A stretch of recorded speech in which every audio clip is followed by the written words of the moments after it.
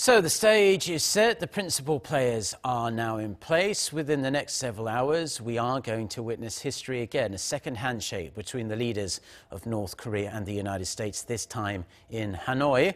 Let's get some expert analysis on the summit from Min Jeong-hun, professor at the Korea National Diplomatic Academy. Thanks for joining us this morning, Professor. My pleasure.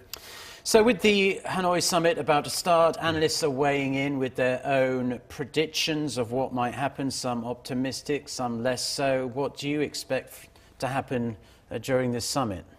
Well, I think that there are some mixed expectations about this second summit in Hanoi. And I also in the side with the optimistic people, but a little bit cautious because we saw what happened the last year in Singapore in June. So, and I think that there was the pretty historic summit last year, but the little bit lack of progress in terms of the implementing denuclearization measures on the Korean Peninsula. So, and after the first summit, there was some kind of stalemate between the two countries, and now we got the second summit. So I think that it's time that the two countries make real progress in terms of implementing what they got and the first summit. But they have some kind of so they got some tensions, and they try to get what they want from the other side.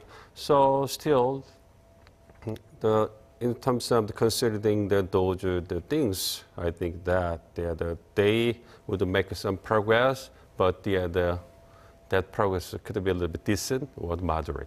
Right, and President Trump appears to be dampening expectations ahead of this summit. Initially, he said after Singapore that North Korea had essentially agreed to fully denuclearize. Now he's just saying he's in no rush to see that happen. It's quite the about-face from him.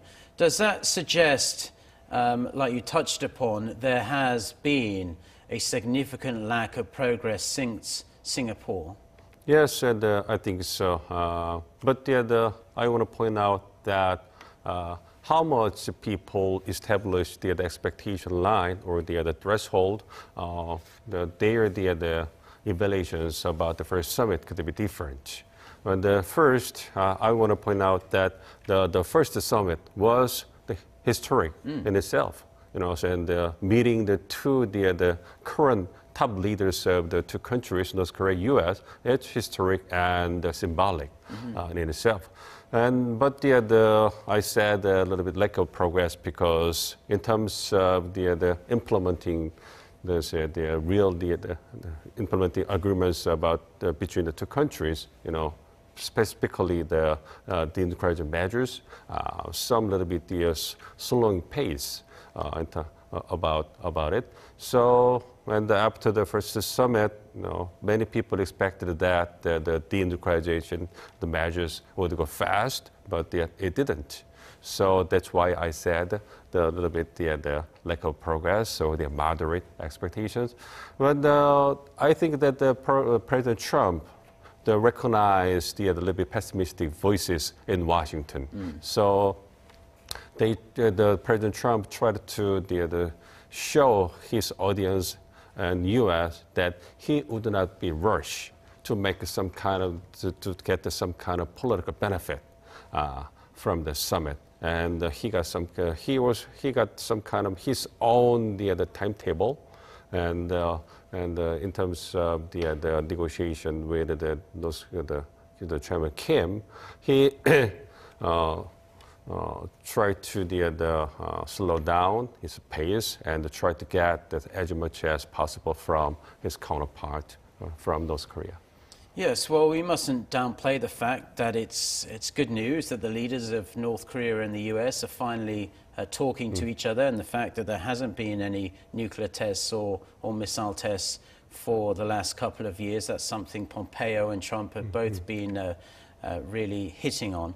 But President Trump's critics, of which there are many in the United States, are concerned that he might try and give up too many concessions to North Korea in a bid to win some foreign policy victory among his base, especially with the 2020 presidential election around 18 months ago, 18 months away. Are you concerned that President Trump might concede too much ground to Kim Jong-un during this summit? No, I don't think so. You mentioned that the President Trump may consider his political gain for his re-election in 2020, but think about how much time left both for 2020. So if he tries to get the small things in the second summit, and then how could he manage the left time, also the living time, like the 1 year and a half, 1.5 years? Yeah. So too much time, and I don't think that the U.S. voters would wait and just remind what they got in the previous year, the early 2019. So in terms of thinking about such a the span or time gap, President Trump need to get the progress marching toward the 2020. So probably the second summit would be the starting point in terms of getting real progress from North Korea, and then he needs to move forward, and probably at the third summit later this year, who knows, and the fourth summit there earlier the next year. And in terms of the repeated summits with the Chairman Kim, North Korea, and President Trump would get the more realistic and the progress toward the complete denuclearization. Okay, we've been focusing mostly on the US angle to this, but let's talk about North Korea before we let you go. Has North Korea, in your mind, given any indication that it's willing to put some meat on the bones, so to speak, in regards to making its own concessions to the US, i.e. Giving a full and detailed inventory of its stockpiles, or perhaps even giving part of its weapons of mass destruction to the United States? Well, I'm not completely sure whether Chairman Kim is ready to give up his entire nuclear programs and the nuclear capabilities to the United States, because it's still the initial stage of the negotiation with the United States. So just to focusing on this upcoming summit, and I think that North Korea is ready to talk with the United States about dismantling Yongbyon nuclear facilities and the freezing its production of the nuclear and the missiles or something like that. That could be the decent expectations about what North Korea is ready to relinquish or the give up in return for getting the realistic the benefits from the United States.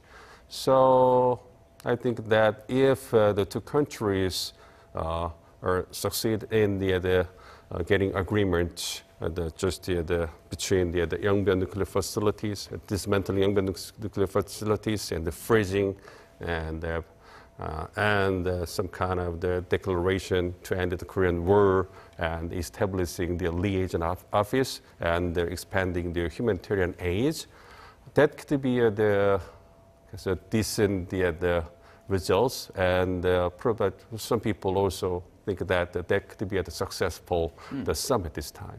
Yeah, there's plenty of ways they can make small steps that could be deemed a success, but as we know, both sides are playing their cards close to their chest at the moment. We don't know what they've been discussing at their working level negotiations, or what this Hanoi declaration might look like. Professor, we appreciate your insights. I hear you're coming back to speak to us again later during our 10 a.m. newscast, so we'll see you then. Thank you. Thank you.